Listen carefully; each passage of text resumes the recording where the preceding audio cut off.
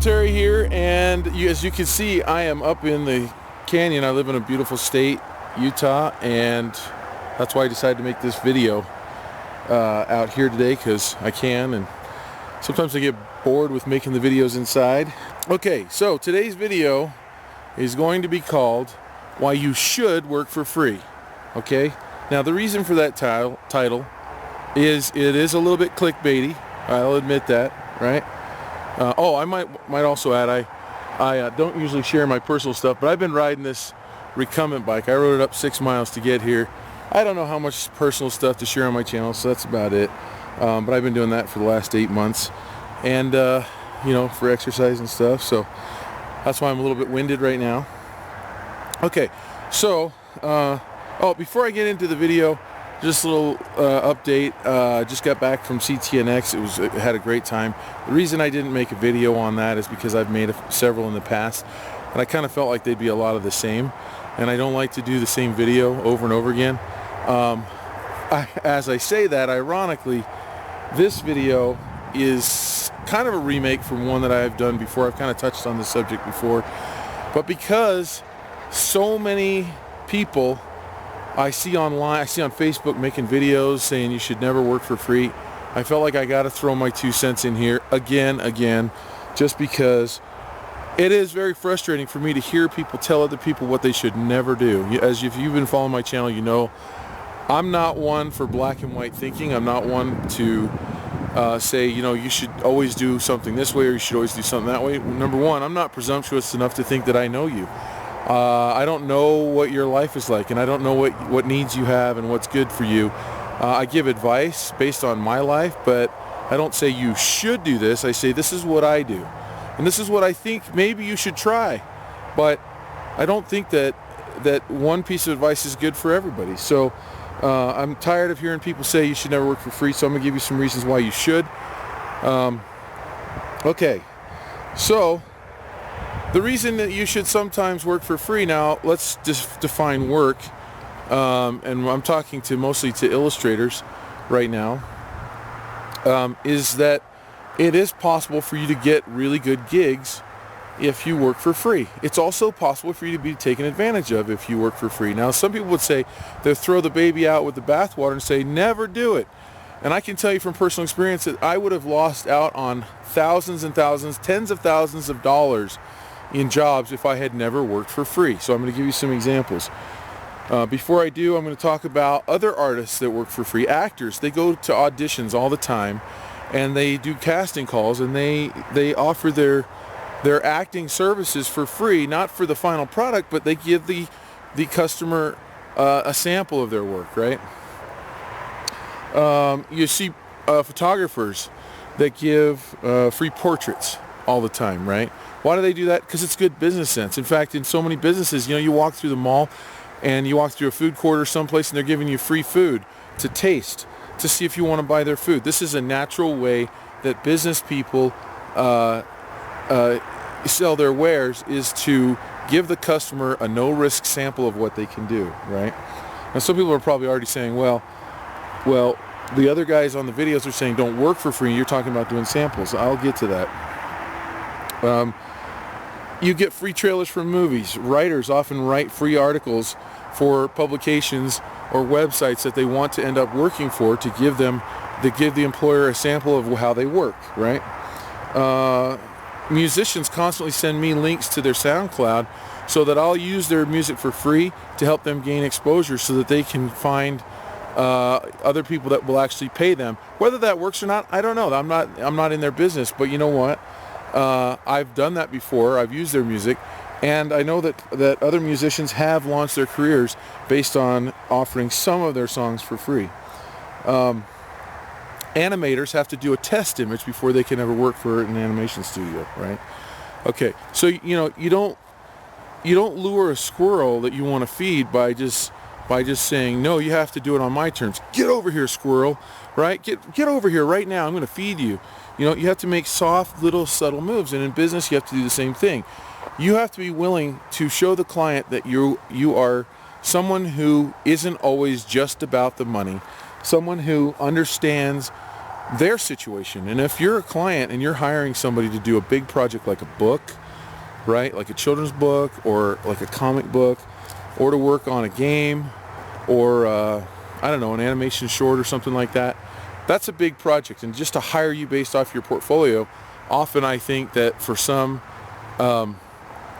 employers that would be very risky. It would be very risky for me to do it when I put myself in their shoes, to just say, hey, here you go, I'm gonna sign a contract that's going to give you tens of thousands of dollars to do this whole project. And you know, you get into it a little bit and you find out that you don't like the artist's work on your project. You liked what you saw in their portfolio, but you didn't like their character designs, right?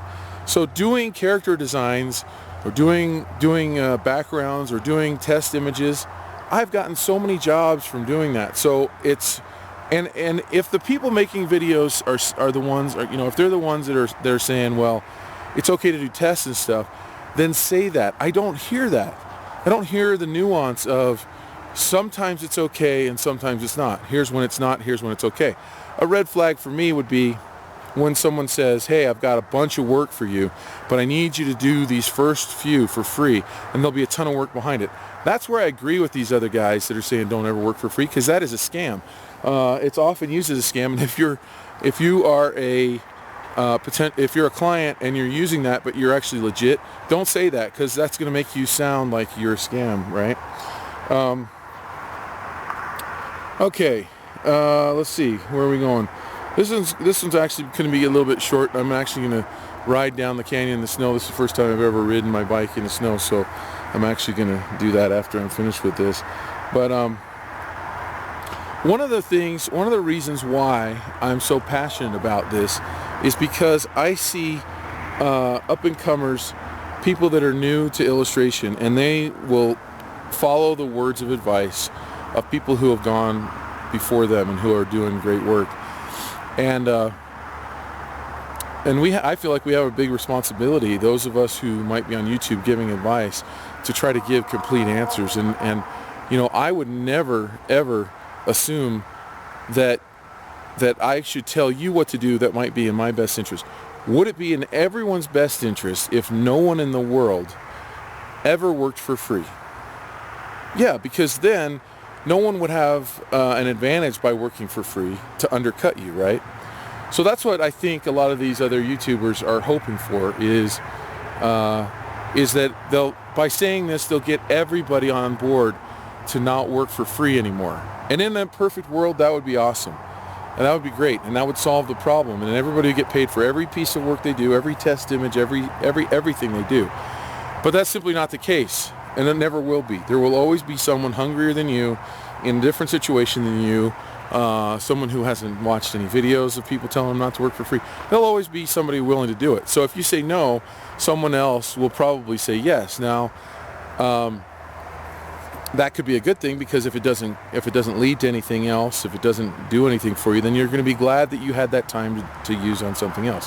However, there have been a lot of times where I have done an illustration where I've been asked by a client to do a test image, or an image for really low pay when I was starting out, $100, $50, $25, right? I got paid. I took those jobs, and a lot of times I ended up with portfolio images that I would have never ended up with had I not taken that low paying or free job, right?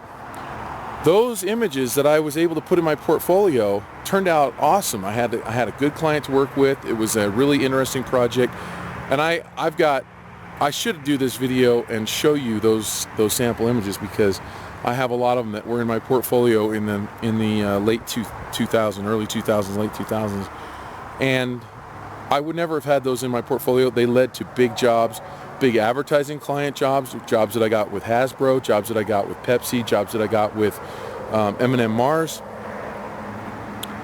children's book jobs. I would have never gotten those had I not done those low paying gigs. So if the alternative is to sit home and do nothing, or play video games waiting for an email of a paying client, you are missing out potentially on a big opportunity. Now, the person who says, no, I'll never work for free, I'll never do a test image, sure, you can brag that you've never ever been scammed, right?